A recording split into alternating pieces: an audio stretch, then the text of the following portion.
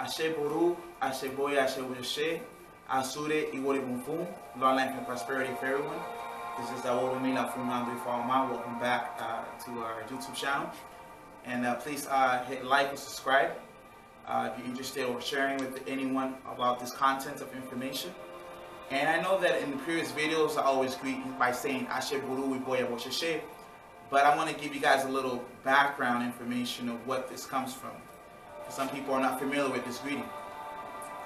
So basically this is the greeting, that standard greeting that we as Babalawo or Ifa high priest give to humanity and how they greet us. The origins of this phrase stems from specific traditional stories in the Ifa tradition. One of them being a story where Oromila required to do an ebo, or three ebos to save himself and humanity. And one of the ingredients of the ebo was 6,000 cowries. Now, at one point in history, this was the standard currency in Yoruba land in ancient Africa. So it was not paper money per se, it was cowries. So that was the currency at the time. So he required to sacrifice, or at least donate or give 6,000 cowries to be able to purchase all the materials and do what he needs to do, right? Apparently he didn't have the 6,000 cowries, at least in the story. So he was walking around, and he has helped a lot of people previously. So it's like the law of karma, I guess. So in this case, he met a woman who was interested in helping him. He said, "What is your name?" He stated, Iboru. Iboru or Iboru. And he said, "Okay, fine. You know, I want to remember you for helping me out," because she donated 2,000 cowries. So he kept walking down, and another woman decided to help him and assist him by giving him also 2,000 cowries. And he said, "What is your name?" She says, Iboya or Aboya. He says, "Oh, great." And then he kept walking forward, and then he met a third woman by the name of Ibosheshe or Ibosheshe. And she also donated 2,000 cowries. So it was a total of 6,000 cowries. So finally he went to basically do the offering. He was able to save himself and humanity. And he said, because of these women who helped me and assisted me in being able to save humanity, I'm going to always remember them by their names, which is Aboyu, Aboya, Bosheshe, Iboru, Boya, Bosheshe, which also means the offering has been determined. In other words, the ingredients we need has been determined. The offering has been done. In other words, I've already accomplished the offering that I had to do. And third, the ebo or the offering will have results. So each time that we greet people, we saying, you know, the offering has been diagnosed, the offering has been done, and the offering will have results. You know, and also the three women who assisted in help, right? So Iboru Boy Bosheshe is also a way for us to get blessings as well. All right. So just wanted to point that out, you know, because I always greet you guys always with that phrase, but some people in the audience are not familiar with it, you know.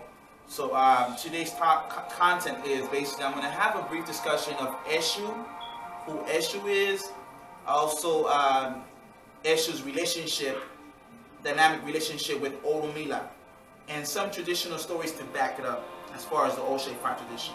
Keep in mind that what I'm stating is basically based on the commandments of our tradition, as we know from our previous videos of 16 videos. So this, we know that the Babalawo does not speak of what he does not know about, or the person cannot speak of what they do not know about. Right? It has to be researched, it has to be documented, or at least known. You know. Secondly, the Babalawo or the initiate or non-initiate does not do ceremonies without having a basic understanding of concepts, right? So in other words, not doing any practicality without the proper training or proper information or knowledge, right? The Awo does not take people to the wrong paths or false paths. Or in other words, a person who may have, I can say, a brief exposure of this tradition for, let's say, a couple weeks, couple days, couple months, cannot go out to the world and say they're masters of the tradition and misguide people doing so. You know, so we have to be very careful the information we put out there, make sure it's, you know, it's backed up. And it's not that we're saying that we're the sole keepers of all knowledge of information, but at least what I'm teaching is been researched, it's been investigated, and it's part of our tradition. Also, another commandment is that the world cannot lie to people or misdirect them. So in that same context, anyone who's associated with this tradition cannot lie to people. You know, so we always have to say the truth. Another thing is the world has to be humble and not egocentric, and also the initiated and non-initiated. So humility is very important in this tradition. We don't have all the answers, but we know where to find them, right? That's the point. Also, we're not able to break taboos or prohibitions, right? So in other words, any standard laws, rules, and regulations, we respect them. You know, like the ethical codes of conduct, and also the taboos, as you see, the orishas that are behind me. You know, the orishas also have taboos that we have to abide by and respect. You know, also it says also that we cannot be treating people with negative intentions. You know, always goodness. Also, maintain the temple clean, or the household clean, is very important, because in our tradition, like in many other traditions, the house is like a temple, and our body is like a temple. So we have to purify ourselves. We have to purify our living space, because otherwise, and like our beliefs and many other people's beliefs, negative energy could thrive of an environment that's chaotic and disorganized. So we always want to make sure that our living space is very organized and clean. Also, to always respect everyone with respect, you know. Also, respect all the elders of the tradition, respect the moral laws, never betray a friend, that's a big taboo. Never reveal secrets, we cannot disclose secrets, right? So all we can disclose, at least in my lineage, is the philosophy and concepts. All right, that's what I'm allowed to teach and show to the world. Respect, I guess, you know, yeah, respect people of society. Also, these laws, Olomilas, like where they come from, Olomila was granted these laws from Olodumare, from God, you know, the divine source, Olofin, Olodumare, and Olodum. And he came to, in this story, he came to the earth and gave this to 16 elders who wanted to know what they had to do so they don't transition before their time. So it says, as long as you follow these commandments, you're good, you know. But as soon as they came to earth, they did the opposite. They were breaking the rules. They were lying. They were misguiding. They were, you know, doing all the commandments that were, you know, said not to do. Breaking taboos, you name it. Doing rituals they weren't supposed to. So then the transition period was a little quicker for those elders, and they were like concerned, like what's going on. They start accusing Olomila of being a murderer or being somebody evil. And Olomila said, it's not me, it's your decisions that have caused you to transition sooner than later.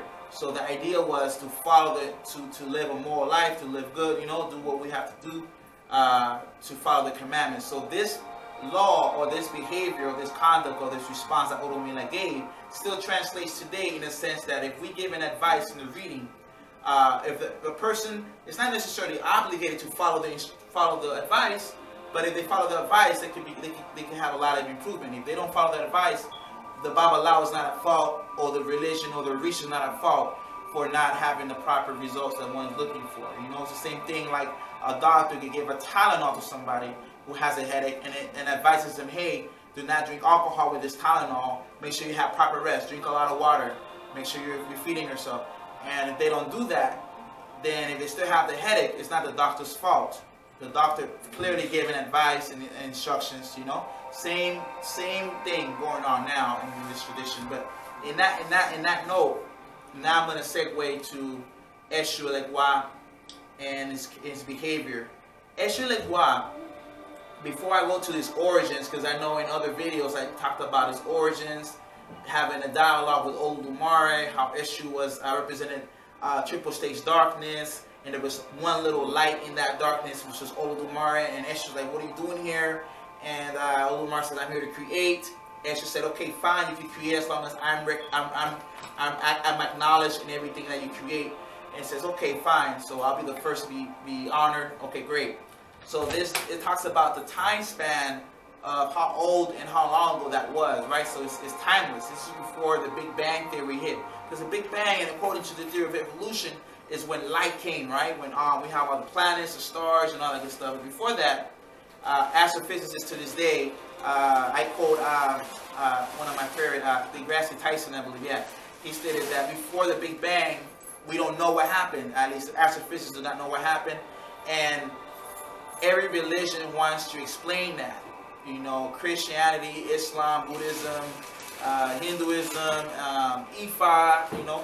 But I'm not saying that we're right or wrong. All I'm saying is that, like deGrasse Tyson stated, when we actually have a conceptual explanation of what occurred before the Big Bang, it gives us a sense of comfort knowing that there's a sense of structural order in this chaotic origins. Because whatever we do not know is an unknown integer, right? It's identified as an unknown and chaos. But I'm not saying we're right as Ifa priests. I'm not saying that Buddhists is right or wrong, or we're right or wrong. All I'm saying is that our tradition also has, I could say, anthropomorphic explanation, right? Or astrological explanation of the Big Bang Theory before it occurred and all that good stuff. This is the origins. All this stuff is about Eshu, so it talks about even that time and space, right, in creation. We don't want to go that far in metaphysics. I wanted to just give you guys a recap because a lot of my videos are not in transitional order. Like, where did he talk about that? You know, so I wanted to say that here. So now we're going to talk about the relationship between Eshu and Orunmila and who Eshu is. Another idea of Eshu. Other concepts. If you excuse me, I'm going to close the door because noise comes through here.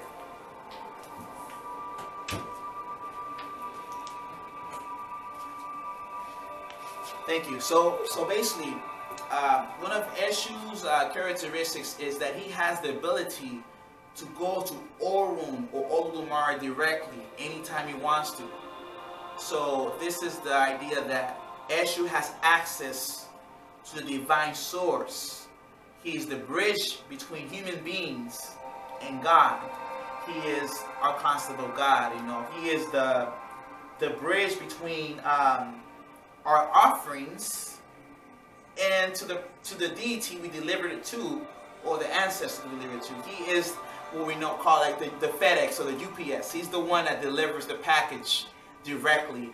We co-sign it. You know, he writes it. You know, we give our petitions. Eshu does it. But as a FedEx does its job, or UPS do their job, they also receive a sense of reimbursement, right? Because they don't just work for free. I haven't seen no volunteer UPS. You know, it's not popular. FedEx popular doing that. So they get a sense of recompensation. In the same light, in the same token, Eshu gets offerings first before he delivers a package. So there has to be an offering given to Eshu. Now, who works with Eshu? At least in our tradition, we always say that the Babalaos, Ifa priests, in the Oshifa tradition, a Babalao is the one who consecrates in Eshu and works with Eshu directly. Baba Larisha, Ija Larisha, which I was a Baba Larisha at one point in my life, meaning a crown. I mean, I'm saying that I'm decrowned, but at one point I was crowned with the deity, and I wasn't a Babalao. I wasn't working with Ifa. At that stage is where I work with Elegwa.